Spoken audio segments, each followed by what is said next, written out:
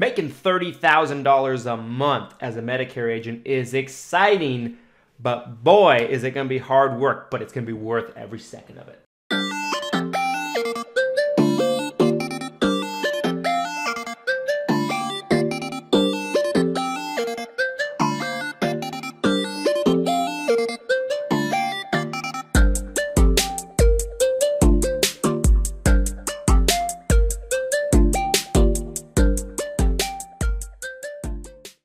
What's up, guys? Hey, this is Christian Brindle here with you today, bringing you another video talking about how you can thrive as a Medicare specialized insurance agent. That's actually how I built my business. That's how I built the brand of Six Figure Medicare Agent, and that's how I mentor agents all over the country to duplicate what I've been able to do with my agency and my company, and to kind of help them really scale their efforts, right? Increase efficiencies, sell more policies, the whole 9 yards. Today we're going to be talking about how to make 30,000, you heard me, 30 G's a month as a Medicare agent. So let's kind of break down the numbers of kind of what that would look like.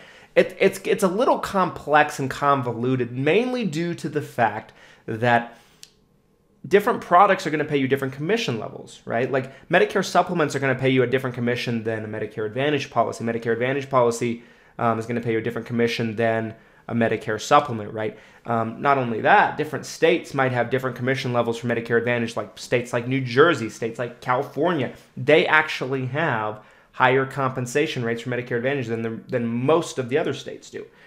So just to keep it simple, just so we have some kind of idea to work with, we're going to be basing it off of the regular street level Medicare Advantage commission rate for 2022, which is $573 for a new to Medicare Advantage application, and then $286, I want to say, on the renewal in years to follow. So let's kind of break that down.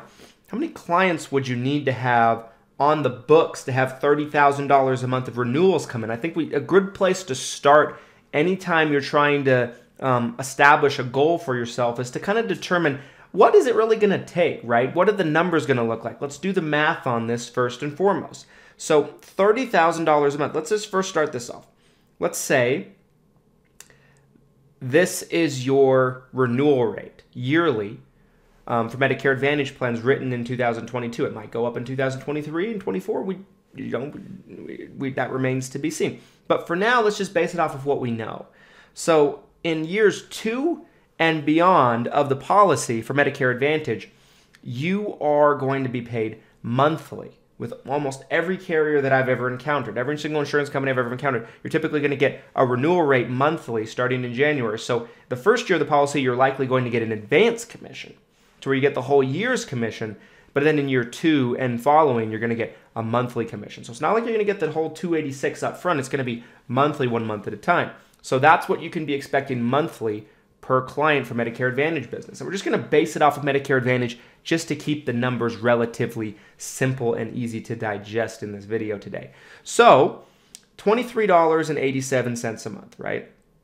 So $30,000 a month divided by $23.87 gives you about 1,256 clients on the books. And I hope you guys understand how ridiculous that really is, right? Because when I started 8 years ago or so, 8-9 years ago, that was not the case whatsoever. The commission rates were so much lower. You had to write so much more business to be able to make that up. Now, that sounds like a big number for a lot of you, but let's just play with this a little bit, right? Let's just try to figure this out and try to determine exactly what we're looking at and how we can do this the most efficiently. So you need about 1,200 members on the books for Medicare Advantage. But let's say you had 600 on the books. Let's just experiment here.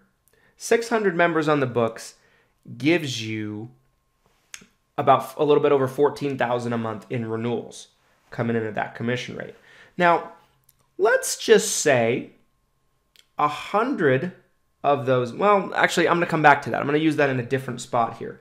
So let's say you're actively out there in the field writing. In the off season, maybe you're writing new to Medicare Advantage members and clients, right?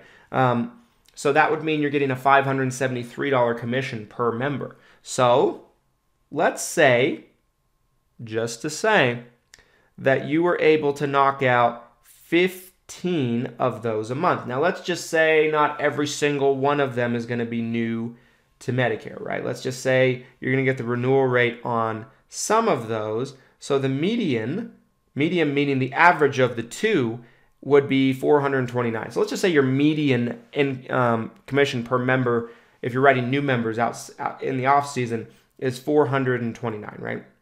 So let's say you're able to write 15 of those a month, right? That would bring in an extra $6,442 in commission. Now, it's still not enough. So let's just put this up a little bit here. Let's say you were able to get to 800 clients on the books. Okay? That gives you $19,000 in commission. So, and let's kind of paint a broad picture here, guys. One way to dramatically create your efficiency, increase your retention, and also make more money while you're doing it is to cross-sell efficiently, right? So let's say you're selling a hospital indemnity plan, a cancer plan, a dental vision hearing plan with some of these Medicare Advantage members. So let's say you have 800 on the books. Let's say if you're writing 15 a month, you'd be bringing in about 180 new clients a year, right? Let's say half of them you're able to pair with a ancillary product. And let's just, for the sake of example, just to keep the math simple, say you make an extra $100 per sale on that. So that right there would bring you an extra $9,000 a year, just for the sake of example and math. That would give you an extra $750 a month, right? So the main thing you guys got to understand here is you got to be able to calculate your numbers. We've got to be able to work through this and figure this out. So let's say on our medium, I want to say it was 430. I don't think I did the math right on that, but let's just assume. And let's say half of the sales you're able to cross-sell. So let's say instead of 100, you get 50 because you only make them on half the sales, for example, right? That'd give you $480 extra a month. So on new commission. Let's say you're able to make 20 of those a month, right? That brings you $9,600 in a month. Now, in our example earlier, you have 800 clients at $23.87 a month, plus our $9,600 there. That puts us really, really close here. So once we start to kind of digest and kind of figure out these numbers, what's it going to take from you to be able to do this, it really starts to become reality, right? This is what you guys need to understand. There's 3 pointers that I want to give you that you're going to have to master. You're going to have to live with. You're going to have to own if you want to make $30,000 a month. Number 1, consistency. You have to wake up, get out of bed every single day and work your tail off for a while. And you know what? You're going to be able to do it. Some of you might be able to do it faster than others, but you're going to be able to do it. You can only fail at this objective if you give up and quit. I promise you this. There's tons of people that get to $20,000 a month in, let's say, renewal income or, just consistent revenue in their business, and they say, well, I'm good, I don't need any more, and they just take their foot off the gas, and then their business starts to shrink. If you're not moving forward, you're moving backwards, and complacency breeds, complacency really does breed shrinkage in your business. You don't want shrinkage, you want growth, right? You want expansion, not retraction. So consistency has to be key. And I'm going to throw in with consistency, lack of complacency, right? Lack of complacency. You got to be able to be consistent, dedicated, and you need to not just get comfortable when you start seeing some of that money roll in, right? You got to keep growing, have a growth mindset, a growth mentality, and you're going to be in good shape. That's number 1. Number 2, as your business grows, there will be more responsibilities that need to be done on a day-to-day basis, right? More clients means more client servicing, right? More policies means more claims, more customer service, all that stuff. So you can only get so far as a one-man show. There are certainly people out there that probably make $30,000 a month and they're a one-man show, but there's very few of them. I promise you this. And they drive themselves nuts. They take calls all hours of the day. They are just overwhelmed and up to their eyeballs, and they're busy all the time. They're working on vacation. They're working, when they're with their family. They're just working around the clock all the time. Trust me on this, to make that type of income, you have a lot of clients, you have a lot of servicing work. There's a lot that goes into that. So you have to understand that in order to grow at a certain point, now this doesn't mean if you have 10 clients, you have to run out and do this. That's not what I'm saying. But if you have 600, 700, 800, maybe even 500, that's who I'm talking to right now, to take the next step. You have to be willing to surround yourself with great people. A great FMO that's going to help you out and take some of the stress off of you, help you with co-op, help you with marketing, things like that. That's number one. Number two, you need to be willing to hire people to help take care of your book of business, because you cannot specialize in what you do best for your business, and that's bringing revenue into the business, if you're spending your time doing $15 an hour work or even $20 an hour work. You should be doing work that is $100 an hour work, $200 an hour work, hell, $300, $400 an hour work. That's what your time should be spent on. You should hire out for those other things, for working on claims, for returning phone calls, for answering the phones, customer service, even scheduling your appointments with referrals. I don't schedule my own appointments in my office. My assistant typically does that for me, just because it's just one less thing for me to have to think about. If I have to call back, I have to look at my calendar, pull it up, figure this out. I try to remove as many tasks from my plate as I possibly can. And that's what you should be doing. Now, you have to bite the bullet and be willing to hire somebody.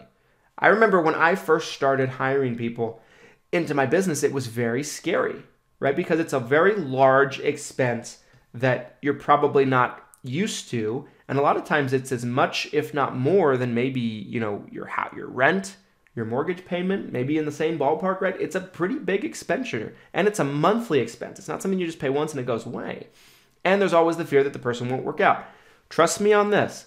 Even if the first person doesn't work out, even if the second person doesn't work out, keep going and keep looking.